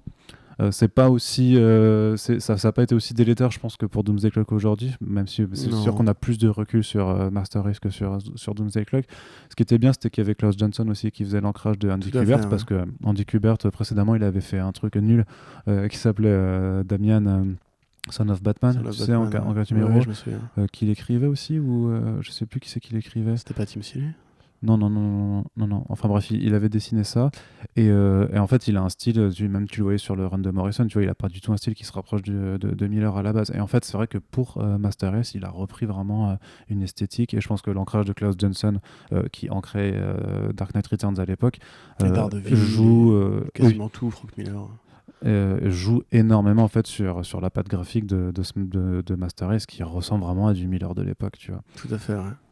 Mais un Miller du coup du présent, on a des téléphones, la narration par les médias évolue vers un truc C'est ça. qui utilise les réseaux sociaux. Bah, tu suis l'évolution des médias par ces comics, puisque c'est vrai que tu avais les chaînes d'infos, puis après tu avais effectivement les trucs plus à scandale, la version télévisée des tabloïds un peu. Bah, Et là, par MTV, quoi, en contre, fait, hein. ouais. Et par contre, bah là, on est en 2014, donc les smartphones ont pris le pas, les réseaux sociaux sont omniprésents, on communique tous par. D'ailleurs, la communication, l'omniprésence de la communication aura enfin un vrai. C'est pas juste une thématique, c'est qu'il y a un vrai enjeu dans la construction de l'histoire, parce que la scène d'ouverture, c'est vraiment un Batman qui, après des années d'inactivité, est réaperçu dans Gotham City et est en train de se friter avec des flics un peu trop enclins à taper sur des citoyens de Gotham, et toute la narration se fait en fait par des SMS, par des écrans de téléphone en fait, Ouais. et pas du tout de façon conventionnelle. Donc en fait, c'est les SMS, les réseaux sociaux prennent le pas sur les écrans de télé, même s'il y en a encore, bien entendu. Ouais. Et ce qu'il faut dire, c'est qu'à l'époque, alors ça n'a jamais vraiment été ni confirmé, ni infirmé, ni même évoqué, je crois, en interview. On supputait, enfin beaucoup de gens pensaient que Frank Miller avait un cancer. Je pense qu'il en a eu. Bah, moi aussi, mais j'ai fait des recherches et il n'y a pas moyen de trouver une déclaration par rapport à ça. Faut que tu regardes dans je t'ai dit, la biographie de Jean-Marc Lenné, ça doit être marqué aussi. Neil Adams nous dit que c'est parce qu'il était vraiment très alcoolique à un moment donné. Et cocaïnomane. ces dernières années, voilà, c'est ça. Et qu'a priori ce serait sevré, mais en tout cas il a vécu un événement au niveau de la santé qui fait qu'il a vieilli extrêmement vite. Il était assez affaibli, diminué. C'était assez triste de le voir en convention, justement. Il ressemblait vraiment à Freddy Krueger. C'était en 2015 où il avait été à la première Comic Con à Paris. Oui, Ouais. Il était pas fripé, rouge. et puis enfin voilà, t'as beau supposer qu'il ait eu tel ou tel problème de santé, les photos prises de lui en public attestent que clairement qu'il y a eu une dégradation. Voilà, Et très que clairement. quand le mec était se trimballait en chaise roulante, bon, c'est pas pour Voilà. faire semblant. Voilà. Et donc, bon, alors cette réalité-là, comme souvent avec Frank Miller, va se répercuter sur son Batman, puisque dans le bouquin, Batman est sur un lit d'hôpital, il est vieux, il est croulant, il peut plus agir comme avant, il a besoin d'une sorte d'assistante qui est Carrie Kelly, et on imagine dans la vraie vie qui est Brian Azzarello, en fait, pour cette espèce de relation de maître-élève et de pouvoir maintenir en fait la légende de Batman en vie. Mais surtout, en fait, la rédemption de Frank Miller va s'amorcer à partir du moment où justement cette espèce d'incursion de problèmes de santé dans la vie réelle va probablement, comme beaucoup de gens avant lui, comme Devin Townsend ou quoi, le mettre en face d'une sorte d'envie de profiter de la vie. Grosso modo, c'est-à-dire que s'il a effectivement échappé au cancer, on peut comprendre qu'il soit un peu moins négatif, cynique et rebelle, et qu'il ait un peu envie de parler des trucs bien. Ouais, d'optimisme, mais du fait de se soutenir en fait, puisque tu avais ce qui m'a le plus frappé à la relecture, c'est quand même quand tu te rappelles de Dark Knight Returns et que tu avais ce Batman complètement opposé à Superman, là tu as les deux qui se disent mutuellement on a besoin l'un de l'autre en fait. Tout à fait. On a vraiment besoin on a besoin d'un Batman et on a besoin d'un Superman sur ce monde. Et enfin, il y a pas plus, je veux dire, percutant par rapport à ce qu'il écrivait 30 ans plus tôt. Ouais, tout à fait. Et puis oui, c'est même dans cette BD là, les musulmans sont mieux identifiés par exemple que dans Holy Terror. Ah bah c'est beaucoup moins, c'est pas du tout justement là où dans Holy Terror il y a un amalgame complet, là c'est pas du tout le cas. Il y a clairement donc en c'est fait les djihadistes fanatiques. voilà, parce que grosso modo les débuts de l'histoire c'est quand même en fait que Lara qui est donc la fille de Wonder Woman et Superman se rend compte en fait qu'il y a toujours dans la forteresse de solitude de Superman, dans laquelle Superman lui s'est réfugié, il est gelé parce que il en a marre un petit peu du bruit de l'humanité. Elle se rend compte que les gens dans Kandor sont en train de s'expriment toujours et disent bon, on en a marre d'être enfermés, libérez-nous. Elle demande à Ray Palmer, donc Atom, de l'aider.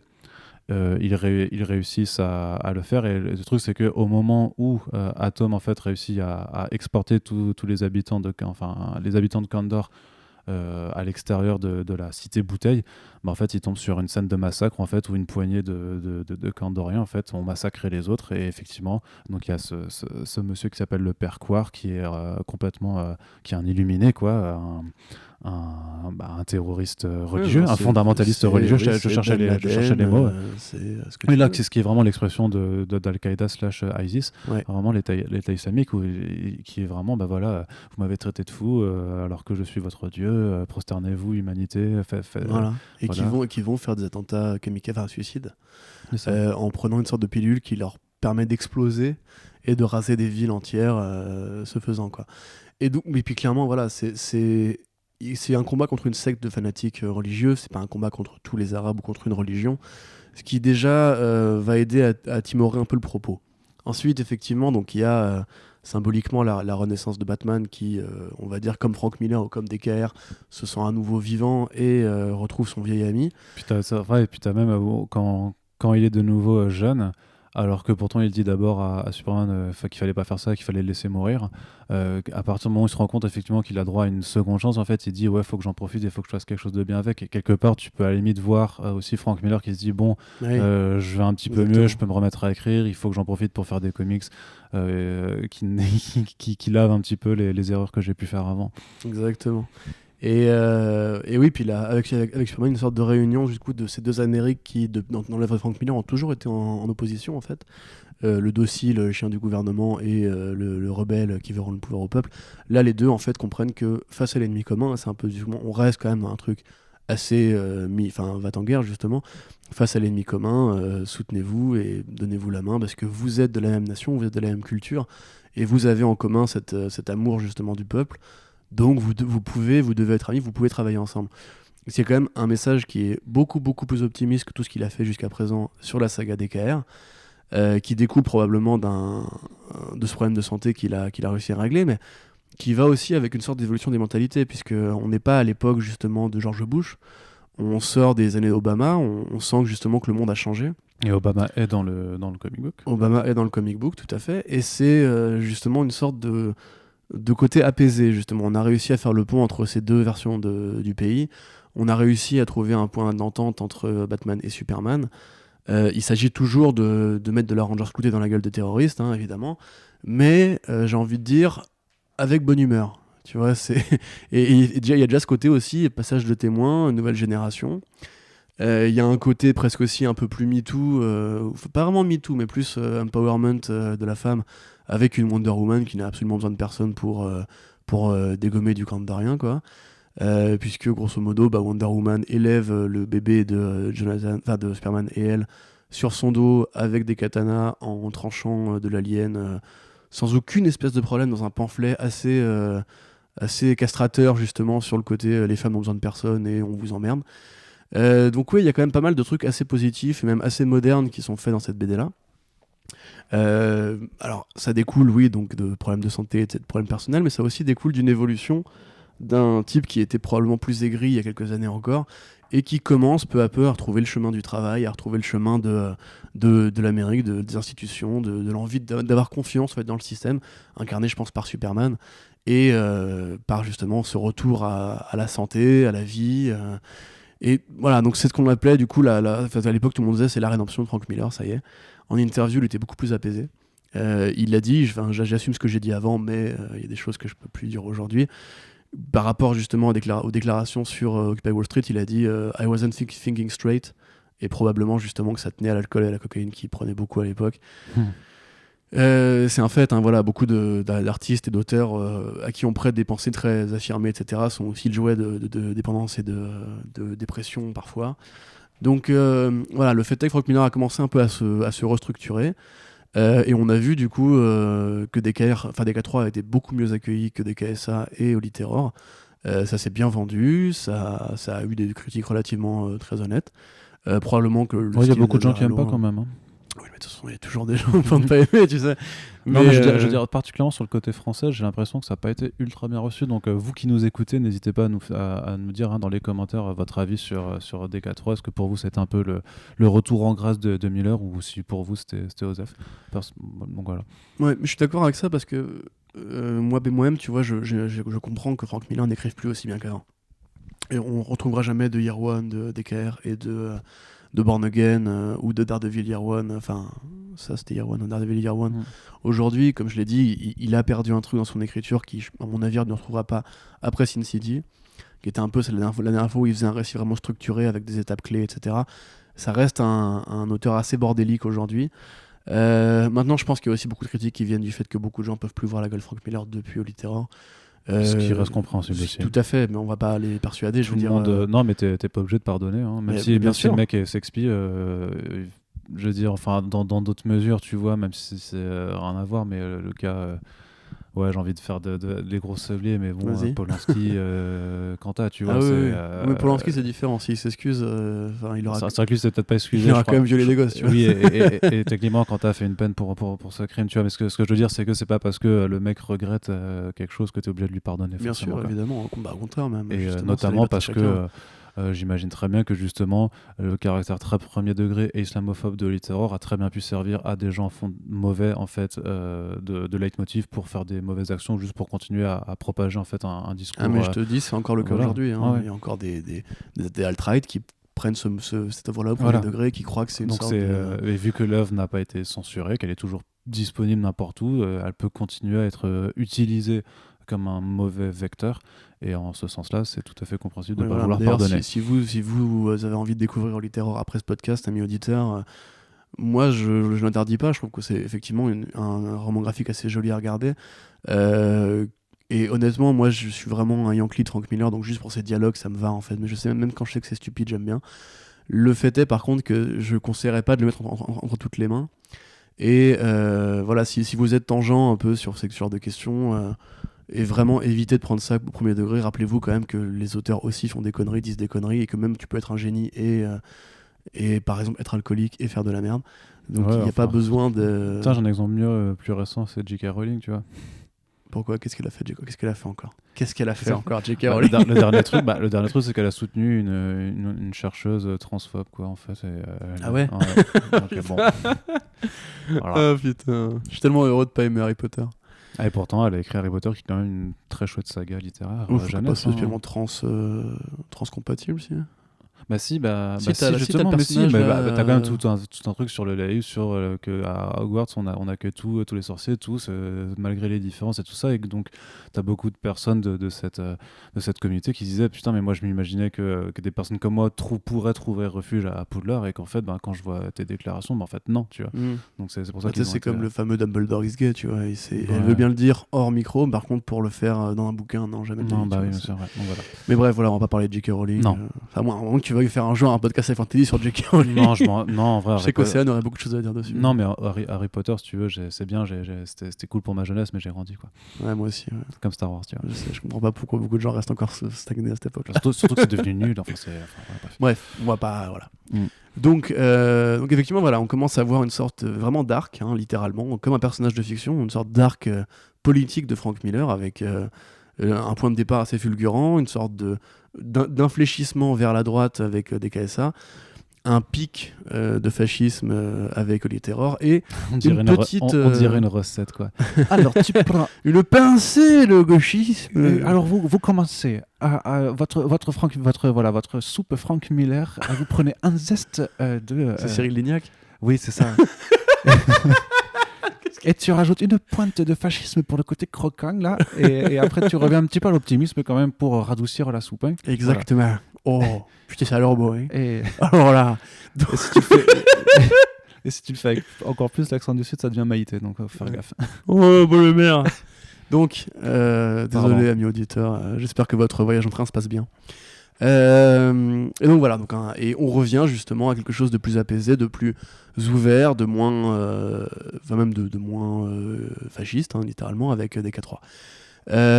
Entre parenthèses, il y a aussi un petit bonus qui est Dark Knight The Last Crusade, Dark Knight Returns The Last Crusade, qui est donc un petit comics bonus qu'il a fait avec John Romita Jr. et qui est un peu la préquelle de DKR, qui raconte du coup la mort de Jason Todd, enfin comment Jason Todd va mourir. En l'occurrence, pour beaucoup de gens, c'est un peu le meilleur bouquin de la saga, parce qu'il y a beaucoup de gens qui n'aiment pas en fait ce Batman futuriste vieux et un peu désacralisé.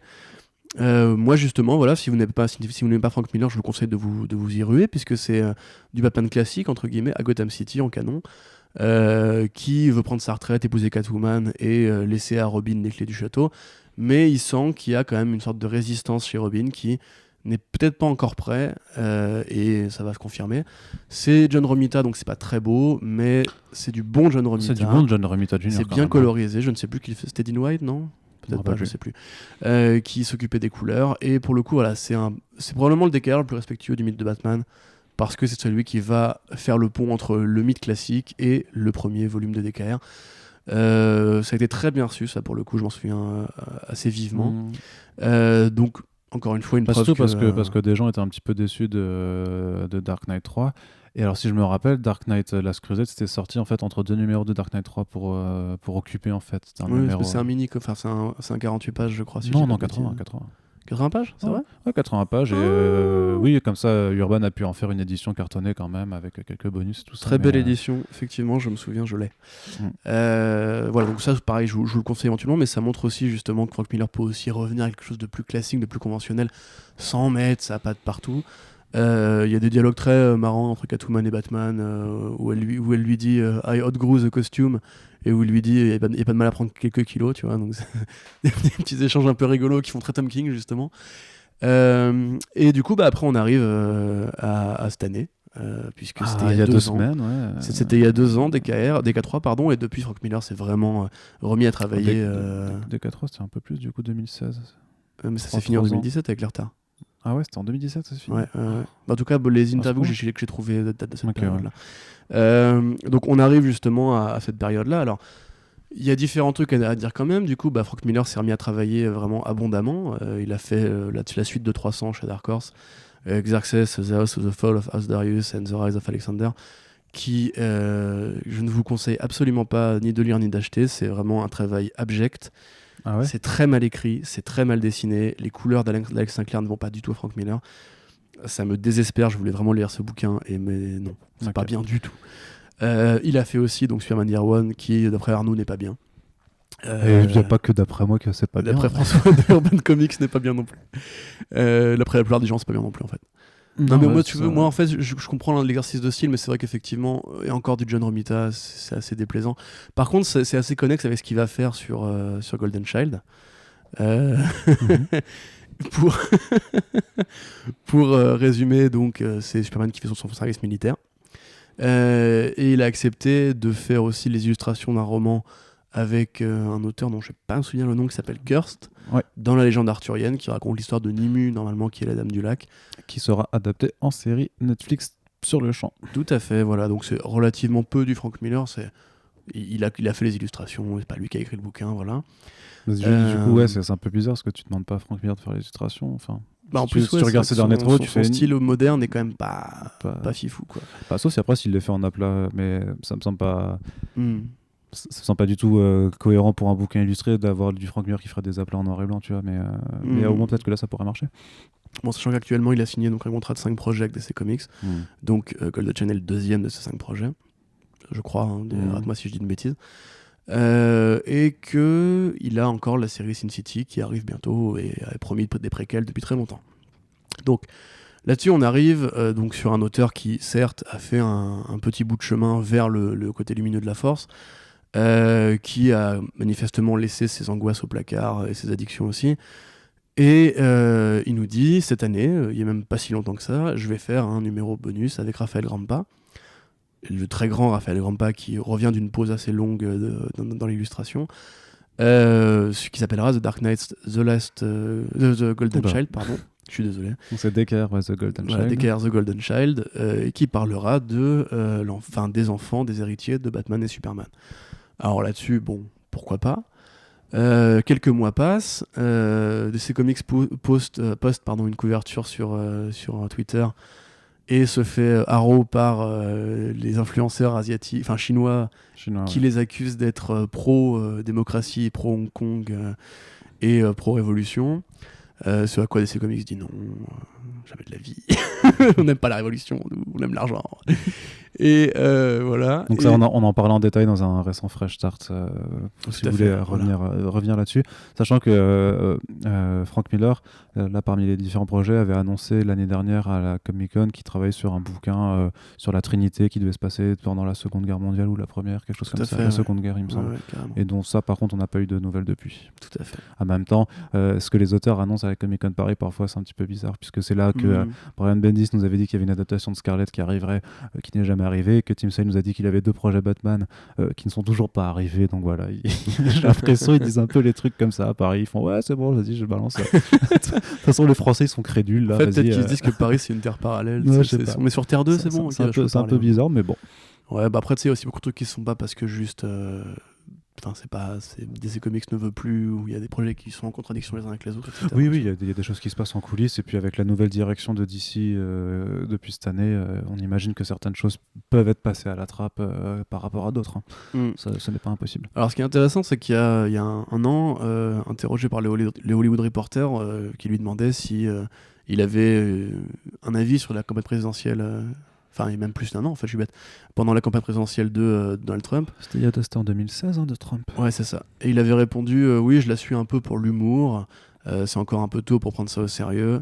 Je pense que c'est un moment génial pour être un dessinateur de comics.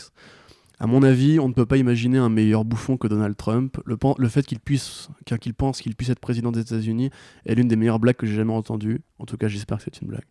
Donc voilà, il a jamais été très fan de Donald Trump et ça tombe bien, c'est de ça que parle The Golden Child. Trump était déjà dans Dark Knight 3 The Master Race et toujours et quand tu suis un peu ses interventions sur les écrans de télé, tu vois en fait que c'est un mec qui est toujours à contre-courant et qui une fois que la Terre est sauvée en fait s'octroie les mérites de ce sauvetage alors que il y a François Hollande aussi oui je crois qu'il y a François et Merkel. Oui c'est vrai c'était bien. Et donc voilà, c'est de ça que parle The Golden Child. Ça parle de l'élection de Donald Trump en filigrane dans un monde où la jeunesse va commencer à reprendre ses droits. Donc moi je l'ai lu, j'étais à Londres récemment pour des vacances. J'ai acheté le single, j'avoue que je m'attendais pas forcément à grand chose puisque voilà, Frank Miller, le fait est que le scénariste c'est un vieux monsieur maintenant, je pense qu'il est plus très au fait de ce qui se fait en termes de narration et lui-même a un peu usé ses propres codes, donc je rentre là-dedans avec un peu de circonspection. Mais je vois quand même que Bleeding Cool a fait un article pour dire que Greta Thunberg était dans la BD, donc voilà, un peu circonspect. Je me demande qu'est-ce qu'il va faire avec, est-ce qu'il va faire un truc de boomer, comme on dit aujourd'hui. Et là, j'avoue que je me suis pris quand même une petite claque, parce que je ne pensais pas qu'il avait justement été à ce point à gauche du spectre politique. C'est-à-dire que dans The Golden Child, donc on suit l'aventure de Lara Kent, Jonathan Kent et Carrie Kelly, dans un monde de manifestations où des gens veulent virer Donald Trump, changer le monde et sont emmerdés par des hordes de jokers fascistes qui viennent leur dire d'acheter américain, d'être américain, pendant que le Joker, lui, orchestre la campagne de Donald Trump. On comprend que Donald Trump est un pion dans le grand plan du Joker, où le Joker a une veste où il y a écrit derrière « I don't really care, do you ?», qui est la veste de Melania Trump, où le Joker travaille avec Darkseid, qui manifestement orchestre aussi l'élection de Donald Trump, et où on va avoir une sorte de clash générationnel où Jonathan Kent... tu vois le Joker qui emploie des petits gamins grimant Joker qui sont les trolls d'internet du coup oui, c'est ça. Sur leurs origines. Et par contre il y a juste un truc que je me demandais, pourquoi il est encore vivant? Ah ça on sait pas, la continuité a pas vraiment de sens, peut-être qu'il a été ressuscité par Darkseid et tout, mais je te dis c'est vraiment en fait ce bouquin... J'ai pas loupé un moment. Non, il est mort de chez mort. Le bouquin en fait évoquerait un peu le travail de Robert Crumb ou toute cette espèce de satiriste qui justement se fout un peu l'idée de raconter une histoire et qui utilise juste des motifs et des figures. C'est vraiment du dessin de presse en fait, c'est même plus vraiment du comics au sens où ça raconte pas vraiment une histoire. Enfin il y a une histoire qui est racontée, le combat entre Darkseid et Jonathan Kent, mais on s'en fout, hein, c'est très symbolique, tout ça est très symbolique, c'est juste des grandes figures qu'on emploie à dessein de faire un message politique. Surtout que t'as pas énormément, tu te rends compte que t'as pas énormément de narration de la part des personnages eux-mêmes, que c'est en fait des bulles descriptives si tu veux de la troisième personne, mais que les personnages en eux-mêmes font pas tant que ça d'interaction. Oui, puis même au niveau des faits il se passe pas grand chose en fait, On s'aperçoit que l'élection de Donald Trump est manipulée par un super vilain qui se trouve être le Joker. On va voir qui c'est qui gère les bails. C'est Darkseid, baston, résolution, point. Tu vois, le scénario est même aberrant de simplicité. Ça va pas chercher midi à 14h du tout. Mais il y a vraiment une sorte de choc générationnel. Comme il avait fait le choc culturel dans 300, le seul message de ce bouquin, c'est The Future is Young. C'est-à-dire que on passe le flambeau à une nouvelle génération. On dit les jeunes, et justement le monologue de Jonathan Kent est assez fort par rapport à ça. Il lui dit t'es juste un vieux paix, Darkseid, tu pourras pas m'attraper, tu pourras pas me retenir, tu peux pas m'empêcher, je disparais, je n'existe plus que dans ton inconscient, toi tu vas mourir parce que t'es vieux, et c'est tout. Et c'est vraiment le comics le plus ok boomer que tu peux imaginer. T'as une jeune fille aux cheveux bleus qui est particulièrement qui est critique de l'humanité, comme le serait justement une sorte de jeune femme qui verrait qu'en fait l'humanité a fait que de la merde pendant toutes des générations et des générations. Donc les cheveux bleus étaient présents depuis... Oui, bien sûr, mais c'est assez marrant de le voir, justement. Maintenant, c'est troublant, du coup, tu te demandes si c'est vraiment fait exprès ou pas. T'as un jeune Bouddha qui sait tout, qui voit tout et qui pour le coup est assez bienveillant avec l'humanité. Les parents, Superman et Batman ne sont pas là, donc c'est vraiment aux jeunes de résoudre le problème. Darkseid qui justement passe pour une sorte de force naturelle, cosmique, universelle, mais en même temps pour justement l'ultime vieux con en fait, l'ultime vieil homme blanc qui veut diriger le monde, qui voit Lara comme une sorte de chose à posséder. Il y a un échange avec Carrie Kelly sur la femme, tu vois, typiquement, où un des Jokers l'appelle Baby et elle lui bras le pied en lui disant elle l'appelle pas Baby, Baby c'est vulgaire, et elle lui dit à Darkseid aucun homme ne peut me contrôler, etc.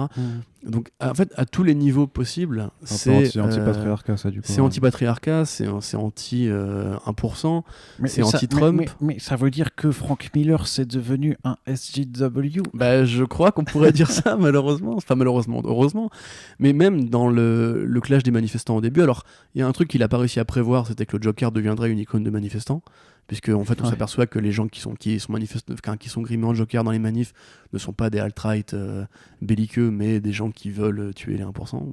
Merci Joaquin Phoenix. T'as vu, j'ai pas dit Jared Leto. Mais voilà, à part ça, même justement les mouvements des alt-right, moi je pense qu'ils crachent complètement sur le Comicsgate. Ils crachent complètement sur les électeurs de Trump. Il crache complètement sur Trump lui-même, parce qu'il dit clairement qu'il a fait un état policier. Hein, elle crache, de toute façon, littéralement, Lara crache sur le reste de Darkseid. Donc, voilà, tu vois. Et effectivement, le bouquin se conclut par Greta Thunberg, entre autres jeunes, assemblés autour de Batwoman, pour aller assassiner ce dernier vieil homme blanc, ce dernier vieux patriarche que serait Darkseid. Ils veulent le tuer. Il va lui péter la gueule, mais pas le mettre hors d'état de nuire. Il faut le tuer. Non, mais on ne tue pas les gens quand même, on est civilisé. Gros, c'est Darkseid, hein, c'est pas. Oui, non, Darkseid, faut le buter. C'est pas Gérard Philippe, hein, encore que. Edouard Philippe, ouais. Voilà. C'est lui. Gérard Philippe, c'est un autre mec. Voilà, il a deux prénoms parce que. Voilà. Ok Arnaud, merci. Oui, non, c'est très très bonne vanne de Pierre-Emmanuel Béré qui dit c'est le mec il a deux prénoms parce qu'il a pas réussi à se faire un nom, tu vois. Il a deux noms parce qu'il a pas réussi à s'en faire un. Il travaille encore Barré? Oui, il fait des spectacles, il fait des chroniques de temps en temps, il est très bien ce monsieur. J'aime beaucoup Barré moi. Du coup voilà, donc on sort de là du coup en se disant effectivement Frank Miller est un SJW. Frank Miller est de gauche. Frank Miller est limite écolo. Frank Miller, tu sais plus ce qui s'est passé. Frank Miller suit une mode, je sais pas. Est-ce qu'on peut être un peu je pose la question. Ironique là-dessus. C'est quand même un mec qui a jamais justement cherché à suivre des modes. Et pour le coup, c'est quand même la grande gueule ultime de l'industrie. Je veux dire, en 2018-2019, il te fait un Superman qui fait son service militaire. Enfin, je pense qu'il a encore envie d'envoyer des gros doigts à tout le monde. Mais moi, personnellement, je suis sorti de là assez estomaqué, assez ravi d'ailleurs de voir que justement... Maintenant, je pouvais dire que j'aime Frank Miller sans passer pour un gros rachot dans les dîners mondains. Parce que ça m'arrive souvent de parler.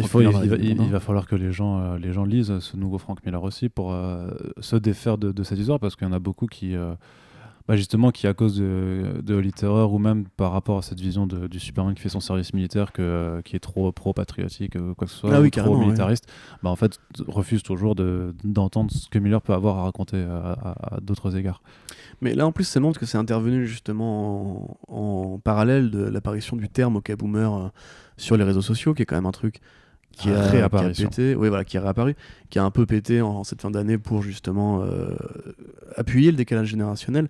Le fait que le comics soit accusé justement d'être pro-Hong Kong, finalement quand tu le lis, tu te dis que ça tient debout. Hein. Je pense que les Chinois dictatoriaux sont effectivement... Ils sont de bons Darkseid aussi. Quoi. Voilà, ils sont pas ciblés directement, mais il y a un message universel contre la dictature qui de toute façon passe très bien. Et pro-révolution, je veux dire, Carrie Kelly, c'est quoi sinon une black bloc, tu vois, très clairement.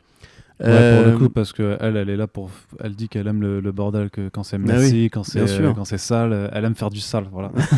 ça, elle le dit clairement. Et il y a toujours cette narration par les réseaux sociaux qui est étonnamment bien trouvée, je trouve. Comment ça s'appelle le site, c'est Pigeonner, je crois, l'espèce de Twitter qu'ils ont. Ouais, Twitter, ouais. Où ils parodient justement les sénateurs de droite américains et tout. Il y a ce petit moment mignon où elle envoie un texto à Batman qui répond avec une petite emoji poussant l'air Batman. Pouce levé avec une aile de chauve-souris. Qui elle lui fait un cœur Batman et tout. Enfin, c'est assez savoureux, quoi. Enfin, moi je trouve que c'est encore plein de bonnes idées, c'est plein de jeunesse, c'est plein de vie. Je suis assez content de voir justement que Frank Miller arrive à faire autant en si peu de pages, parce que c'est juste 48 pages. Encore une fois, le scénario est complètement bordélique, hein, mais il faut le voir comme une œuvre satiriste, il faut le voir comme une sorte de presse ou un truc un peu à la Marc Russell, justement, un truc qui ferait très dessin de presse et qui, au prix de la satire, oublie des codes de narration standardisés. Ouais. C'est ce que je sais plus qui disait ça, mais je crois que c'était Comic Book ou Bleeding Cool qui disait soit c'est un commentaire sur notre époque hyper pertinent, soit c'est un joyeux bordel qui a aucun sens. Et pour moi, le choix est quand même assez vite fait. Du coup, c'est très dur de lire ce truc sans se dire qu'il est complètement ancré dans son contexte de publication. Ah bah carrément. Mais ce sera même passionnant à lire d'ici dans 10 ans, tu vois. Mais du on coup, sera devenus tous des dictatures fascistes. Oui, bah, tu sais, on est peut-être déjà, hein, on sait pas encore. Mais voilà, donc c'est quand même assez intéressant du coup de voir que justement Frank Miller qui part comme un jeune homme en colère et qui finit comme un vieil homme en colère, mais contre des choses un peu différentes. De le voir justement à ce point-là avoir embrassé des idées révolutionnaires métamorphosées à l'aune de 2019. Moi je trouvais ça assez passionnant à lire et j'ai l'impression que justement en 2019 on a fait la suite de Watchmen 2 fois et on a une sorte de suite de DKR qui, comme justement le message de Damon Lindelof sur les minorités et le bouquin de Ta-Nehisi Coates, on arrive à trouver dans ces chefs-d'œuvre du passé une sorte de résonance dans le présent, quoi, pour continuer à apporter des messages politiques et des combats qui sont très actuels. Donc moi ça me rappelle juste que les deux plus grands auteurs de la continuité des comics sont hautement politiques et hautement engagés et ont laissé des chefs-d'œuvre qui sont restés hautement engagés et qu'on aime manœuvrer comme ça. Que plus de 30 ans après, justement, il est possible d'avoir été un raciste pendant 15 ou 20 ans et de changer d'avis quand la vie te met des tartes dans la gueule. J'aime assez l'idée justement que quelqu'un dans le Kentucky avec un tatouage MAGA sur le biceps a lu cette BD en se disant trop bien, c'est mon auteur préféré, j'adore Holy Terror et DKSA, et a pleuré des larmes de sang en se disant qu'en fait il était en minorité et qu'il avait tort. Si tu veux, moi je préférais que ce genre de personne en fait ait aussi une claque dans leur gueule en disant truc, en disant ah merde, mais en fait c'est bien les valeurs qu'ils portent, tu vois. Ouais, malheureusement ça je n'y crois après qu'à je moitié, sais que mais... je sais pas dans quelle mesure les comics peuvent influencer par des messages sous-jacents ou plus ou moins frontaux des mentalités déjà affirmées de mecs de 40 ans qui ont décidé de toute façon que mais la preuve c'est qu'à 60 balais le mec c'est la même pour nous, si on va commencer on va dire qu'on est des gros gauchistes, si on commence à lire des comics propagandistes de droite, ça va pas nous faire changer d'avis, tu vois. Non, pas forcément, mais bon, après, moi je pense que l'inverse est vrai aussi. Mais l'exemple pour le coup est intéressant, tu vois, c'est d'un mec qui était vraiment à droite républicain, libertarien justement, et qui devient littéralement au crépuscule de sa vie quelqu'un qui est de plus ouvert aux nouvelles idées, et qui est prêt à faire confiance à la jeune génération pour mener le combat contre le patriarcat, contre les 1%, etc. Moi c'est un exemple qui m'inspire carrément pour le coup, enfin... Mais tu vois, je pense qu'on peut aussi être inspiré pas forcément par les œuvres d'Alan Moore et par la vie d'Alan Moore, tu vois, c'est la façon dont il a mené sa vie sans compromis, dont il a claqué les portes pour l'indépendance, etc., tu vois. Et ok, tu lis Swamp Thing, c'est pas forcément le truc qui va t'apprendre comment mener ta vie, mais si tu vois comment sont les gens qui ont écrit ces bouquins, ça peut peut-être te faire réfléchir. Moi j'aime à croire que tous les gens qui sont de droite ne sont pas forcément que des gens méchants et toxiques et nauséabonds. Il n'y a pas que Twitter dans la vie. Oui. Contrairement à ce que justement veulent bien dire les alt-right qui sont des leaders d'opinion et qui veulent absolument faire de cette guerre une sorte de guerre justement. moi en tout cas j'aime à penser que Frank Miller justement essaye de faire ce qu'il peut pour corriger sa propre légende là-dessus et quelque part faire oublier un peu Holy Terror et cette espèce de vent de colère et de haine qu'il a propagé à une époque. Donc là-dessus c'est quand même assez intéressant à observer. Pour moi ça reste une grosse sortie de cette année. C'est un petit peu, tu sais, comparatif qui a absolument rien à voir, mais qui me fait rire personnellement en tout cas. Comme quand tu vois Eminem a filmé un morceau sur sa mère après sa désintoxication, où d'un coup il la pardonnait, etc. Après toute une carrière à dire que sa mère était une connasse, etc. Qu'il fallait la tuer et tout. Là c'est un peu de la même façon, t'as l'impression que t'arrives au bout d'une carrière en fait, et t'arrives encore à être surpris par un mec qui fait un retournement quasiment à 180 degrés. Donc voilà, pour le monstre Frank Miller, qui n'est quelque part plus aujourd'hui, parce qu'il n'est plus aussi important qu'avant forcément, c'est intéressant. Pour la compréhension politique des comics, c'est intéressant, et pour le fait que justement les comics peuvent déjà influencer les manifestations avec les jokers peinturlurés, les influenceurs chinois qui ont peur d'une pauvre couverture de Raphaël Grampa. Moi je trouve ça assez intéressant que l'année se clôture là-dessus en tout cas. Ouais. Et de voir que si les comics sont politiques, bah voilà, ça peut avoir une résonance politique au-delà des pages de papier.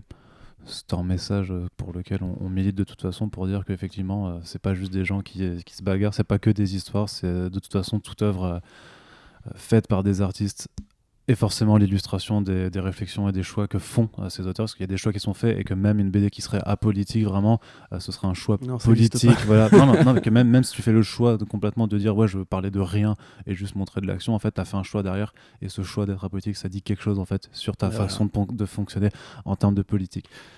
Donc j'ai envie de dire on peut remercier Corentin pour cet exposé, puisque en vrai c'est un peu comme merci ça. Merci à toi Arnaud. Non, merci pour J.K. Rowling. Merci pour mes petites interventions, mais voilà, c'était quand même l'occasion de te laisser t'exprimer sur un de tes sujets favoris. Donc, comme toujours, on attend toujours un peu de l'interaction avec notre lectorat, avec nos auditeurs. Hein. Donc, si vous avez lu toute la saga Dark Knight Returns, jusqu'au moins jusqu'à DK3 et peut-être aussi The Golden Shine, on attend très franchement d'avoir vos retours là-dessus, parce que là, on vient de vous partager quand même une opinion. Donc notamment une vision de celle de Corentin avec laquelle moi je suis plutôt d'accord, pour ne pas dire complètement d'accord sur ta façon de voir les choses. Ouais, après c'est comme Edouard Philippe, il a pas de nom, moi j'ai pas de personnalité, je te suis, tu dis quelque chose. Je suis un peu le Philippe de ton Macron. Et je te suis. Et donc voilà, par contre ça nous intéresse vachement de connaître aussi votre lecture de la chose, si pour vous aussi DK3 a amorcé la rédemption d'un Miller devenu beaucoup trop réactionnaire, si Golden Shine aussi ça vous a paru comme une sorte de résonance gauchiste de ouf par rapport à ce qu'il avait pu écrire avant, et puis voilà votre ressenti de façon générale sur DKR, qui reste quand même une saga qui à mon avis tant que l'humanité l'idée comics perdurera dans les mémoires quoi. Je pense que clairement on est j'espère même qu'elle sera reprise par d'autres auteurs, pas forcément sous la forme DK3, mais genre je pense à Batman White Knight par exemple, qui a une résonance sociale assez intéressante. C'est pas forcément les sujets les plus vigoureux, tu vois, mais il y a encore du Batman politique aujourd'hui par des auteurs qui sont dans le présent, et contrairement à ce que DC Comics ou Marvel Comics veulent nous faire croire, évidemment que tout ça est hautement important, et que j'espère que ça va continuer. Ouais. Et du coup, on attend également vos retours, comme toujours, sur le sujet, mais également sur l'émission. Dites-nous si ça vous a plu. Pas la peine de dire que je participais pas assez, j'en suis bien conscient. Là, c'était un peu l'orientation du podcast. Et pour de bon, je crois, cette fois, je pense, sans vous mentir, que c'est le dernier podcast de 2019 qu'on vous livre sur Comics Blog. On espère que vous avez passé un très joyeux réveillon de Noël et que vous vous préparez pour le réveillon du Nouvel An cette fois-ci. Et on vous dit donc à très bientôt en 2020 sur les belles ondes de Comics Blog. Salut! Salut!